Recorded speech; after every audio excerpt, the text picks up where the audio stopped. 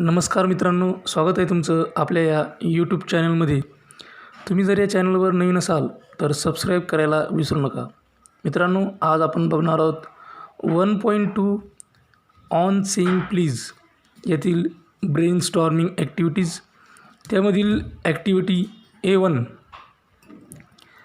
A1मध्ये पहिला आहे, form groups and explains the following words with examples. You can take help of your teacher. की तुमचे group तयार करा आणि खाली दिलेले शब्द हे त्यांच्या उदाहरणासहित स्पष्ट करा. तुम्ही तुमच्या शिक्षकाची मदत यासाठी घेऊ शकता. आणि काही शब्द दिलेले आहेत, humility, self esteem, gratitude, courtesy, generosity, sympathy, empathy अशा पद्धतीनं काही शब्द दिलेले आहेत. तर जो पहिला शब्द आहे तो आहे ह्युमिलिटी. ह्युमिलिटी या शब्दाचा अर्थ होतो विनम्रता. The quality of not thinking that you are better than other people. आणि याची एक्झाम्पल आहेत letting someone ahead of you in line when you see they are in hurry is act of humility. की आपल्या रांगेत आपल्या मागे समजा कोणी आहे आणि त्यांना घाई आहे, तर अशा व्यक्तीला आपल्यासमोर उभं राहू देणे हा सुद्धा ह्युमिलिटीचा विनम्रतेचं एक उदाहरण आहे. दुसरं उदाहरण सांगता येईल, cleaning the bathroom of your office even though you own the company is an example of humility. की समजा तुम्ही एखाद्या ऑफिसचे बॉस आहात, पण तुम्ही स्वतः ते बाथरूम स्वच्छ करतात त्या ऑफिसचं, तर हे उदाहरण आहे विनम्रतेचं. दुसरा शब्द आहे कर्टसी. कर्टसी या शब्दाला म्हणतात की सौजन्यपूर्वक वागणूक. त्यालाच इंग्लिशमध्ये polite and pleasant behaviour that shows respect for other people. याची उदाहरणं आपल्याला अशा पद्धतीने सांगता येईल की पहिलं उदाहरण सांगता येईल, when you shake hands politely when you meet someone and say please and thank you. की ज्यावेळेस तुम्ही कोणाला भेटत असाल त्यावेळेस तुम्ही त्याच्यासोबत हँडशेक करणं आणि त्याला चांगल्या पद्धतीनं स्माईल देऊन त्याला थँक्यू म्हणणं, त्याला प्लीज म्हणणं, हे सौजन्यपूर्वक वागणुकीची काही उदाहरणं आहेत. दुसरं उदाहरण आहे, an example of courtesy is the practice of saying thank you. की नेहमी तुम्ही कोणत्या गोष्टीसाठी एखाद्या व्यक्तीने तुमच्यासाठी काही केलं त्याला थँक्यू म्हणत असाल तर ते सुद्धा सौजन्यपूर्वक वागणुकीचं उदाहरण आहे.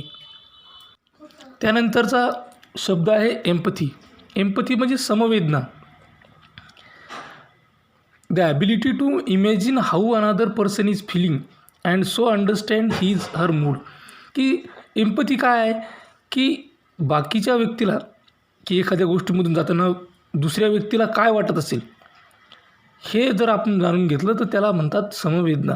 याचं उदाहरण सांगायचं झाल्यास, an example of empathy is feeling the same amount of excitement as friend when they tell you they have getting married. की एखादा मित्र तुम्हाला म्हणाला की माझं लग्न ठरलं आहे, तर त्यावेळेस त्याला जो उत्साह वाटतो तोच उत्साह तुम्हाला वाटणे म्हणजे समवेदना. किंवा जर एखाद्याच्या पायावर दगड पडला आणि त्यावेळेस त्याच्या पायावर दगड पडत असताना आपल्याला जी फिलिंग येतं ती त्याला किती दुःख होत असेल, तर दॅट इज कॉल्ड एम्पथी. त्याला म्हणायचं आहे समवेदना. नंतरचा शब्द आहे सेल्फ इस्टीम, ज्याला आपण आत्मप्रतिष्ठा, आत्मगौरव असं म्हणतो. यालाच इंग्लिशमध्ये a good opinion of your on character and abilities असं म्हणतात, सेल्फ इस्टीम. फॉर एक्झाम्पल, बऱ्याच वेळेस आपण म्हणतो I am worthy, I am king. की स्वतःला आपण जास्त हायलाईट करण्याचा प्रयत्न करत असतो. नंतरचा शब्द आहे जनरॉसिटी. जनरॉसिटी म्हणजे उदार असण्याचा गुण, औदार्य ज्याला आपण म्हणतो. त्यालाच इंग्लिशमध्ये the quality of being generous असं म्हणतात. त्याचं उदाहरण आपल्याला असं म्हणता येईल, if you share something it's also an example of generosity. जर तुम्ही दुसऱ्यासोबत काही शेअर करत असाल, दुसऱ्याला काही देत असाल, की आपल्या खाण्यातला घास आपण दुसऱ्याला जर देत असेल तर ते उदाहरण जनरॉसिटीचं आहे. नंतरचा शब्द आहे ग्रॅटिट्यूड. ग्रॅटिट्यूड या शब्दाचा मराठी अर्थ होतो कृतज्ञता. त्याला इंग्लिशमध्ये म्हणतात the feeling of being grateful or of wanting to give you thanks to somebody. आणि example of gratitude is how someone would feels if their friend did something exceptionally nice for them. की बघा एखाद्या व्यक्तीनं खूप चांगल्या पद्धतीनं आपल्यासाठी काहीतरी केलेलं आहे, तर अशा वेळेस आपल्याला त्याच्याप्रती जे वाटतं ना त्याला कृतज्ञता, इंग्लिशमध्ये ग्रॅटिट्यूड असं म्हटलं जातं. नंतरचा शब्द आहे सिम्पथी. सिम्पथी म्हणजे दया किंवा सहानुभूती. त्याला इंग्लिशमध्ये म्हणतात an understanding of other people's feelings especially their problems. आणि याचं उदाहरण सांगताना आपल्याला असं म्हणता येईल an example of sympathy is what you say to your friend when her husband dies. की एखाद्या मुलीनं तिच्या मैत्रिणीचा नवरा वारल्यानंतर तिच्यासाठी जे शब्द वापरलेले असतात, तिच्यासाठी जे सांत्वन केलेले असतं, दॅट इज कॉल्ड सिम्पथी. आता येथील दुसरा पार्ट आपण पाहू. दुसऱ्या पार्टमध्ये असं म्हटलेलं आहे have a group discussion on the topic the need of soft skills at work place. Use the following points.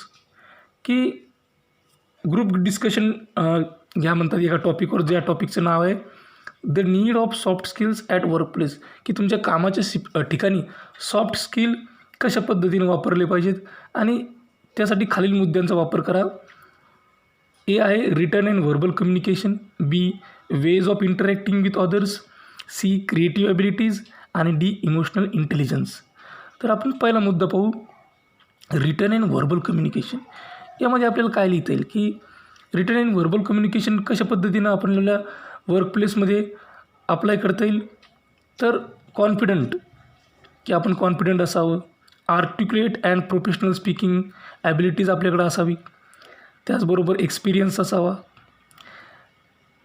एम्पॅथिक listener and पर्स्युएसिव्ह speaker, की आपण दुसऱ्याचं ऐकलं पाहिजे आणि बोलताना दुसऱ्याचं मन वळवता आपल्याला आलं पाहिजे. रायटिंग क्रिएटिव्ह ऑर फॅक्च्युअल, की तथ्यांवर आपल्याला लिहिता आलं पाहिजे, सृजनात्मक लिखाण करता आलं पाहिजे. Speaking in public to group or via electronic media, की लोकांशी संपर्क आपल्याला साधता आला पाहिजे, मग तो इलेक्ट्रॉनिक मीडियाच्या आधारे असेल किंवा बोलण्यातून असेल. Then excel in presentation and negotiation skill, की आपलं प्रेझेंटेशन खूप चांगल्या पद्धतीनं असलं पाहिजे आणि ज्या गोष्टी आपल्याला नकारता येतील तशा पद्धतीनं. नंतर दुसरा जो मुद्दा आहे तो आहे veg of interacting with others, की दुसऱ्यासोबत कसं इंटरॅक्ट केलं पाहिजे वर्क प्लेसमध्ये. तर त्यात आपल्याला म्हणता येईल स्माईल. हास्य फार महत्त्वाचं आहे. This sounds very simplistic but you get used to smiling at everyone you come into contact with. It makes you appear so much more welcoming and open to engage in conversation. की बघा हे खूप आपल्याला साधं सोपं वाटतं, पण तुम्ही जर तुमच्यासोबत येणाऱ्या प्रत्येक व्यक्तीसोबत हसून व्यवहार करत असाल तर अशा वेळेस तुम्हाला तुमच्यासाठी हे कन्व्हर्सेशन फार सोपं जातं. मेक आय कॉन्टॅक्ट, की आय कॉन्टॅक्ट ही ज्यांच्यासोबत आपण बोलत आहोत त्यांच्यासोबत नजरेला नजर मिळून आपल्याला बोलता आलं पाहिजे. डिस्प्ले पॉझिटिव्ह बॉडी लँग्वेज, एक सकारात्मक बॉडी लँग्वेज आपण दर्शवली पाहिजे. मेक ऑब्झर्वेशन केलं पाहिजे, निरीक्षण केलं पाहिजे. आज ग्रेट क्वेश्चन, खूप चांगल्या पद्धतीचे सकारात्मक क्वेश्चन्स आपण विचारले पाहिजेत. लिसन इंटेंटली, एक उद्देश ठेवून ऐकलं पाहिजेत. आणि एम्ब्रॅस रिजेक्शन, की कोणी नकार जरी देत असेल तर तोही आपण स्वीकारला पाहिजे. त्यानंतर सी हा मुद्दा आहे क्रिएटिव्ह ॲबिलिटीज. त्यामध्ये असं लिहिता येईल की creativity is a broad ability incorporating many different skill sets including other soft and technical skills. Employees with creativity can find the new way to perform tasks, improve processes, or even develop a new and exciting avenues for the businesses to explore. Creativity can be used in any role at any level. Creative abilities आपल्याकडं काहीतरी नवीन सृजनात्मक करण्याच्या क्षमता असल्या पाहिजेत. त्यामुळं आपल्याला वर्कप्लेसमध्ये काम करत असताना खूप चांगल्या पद्धतीनं काम करता येईल आणि चांगल्या पद्धतीनं आपल्याला तिथं राहता येईल. डी पॉईंट दिलेला आहे. डी पॉईंट आहे इमोशनल इंटेलिजन्स. इमोशनल इंटेलिजन्समध्ये आपल्याला असं लिहिता येईल, इमोशनल इंटेलिजन्स और EQ is an individual's ability to recognize, understand, manage and reason with emotions. This soft skill is becoming more sought after by employers. की हे फार महत्त्वाचं आहे इमोशनल इंटेलिजन्स. कारण याद्वारे आपल्याला जाणीव होते, आपल्याला ते आकलन होते, आपण वेगवेगळ्या इमोशन्ससोबत वेगवेगळ्या कारणांसोबत मॅच होऊ शकतो किंवा तशा पद्धतीनं आपण त्या वातावरणाशी कोप अप होऊ शकतो. हे फार महत्त्वाचं आहे. तर अशा पद्धतीनं आपण हे जे the need of soft skills at work place आहे यावर ग्रुप डिस्कशन केलेलं आहे. मित्रांनो, अशाच प्रकारचे नवनवीन व्हिडिओ पाहण्यासाठी या चॅनलला सबस्क्राईब करा. हा व्हिडिओ तुम्हाला आवडला असेल तर लाईक करा, तुमच्या मित्रांमध्ये शेअर करा, काही अडचण असेल तर कमेंट करा. हा व्हिडिओ अत्यंत काळजीपूर्वक पाहिल्याबद्दल धन्यवाद. थँक्यू. Thanks a lot.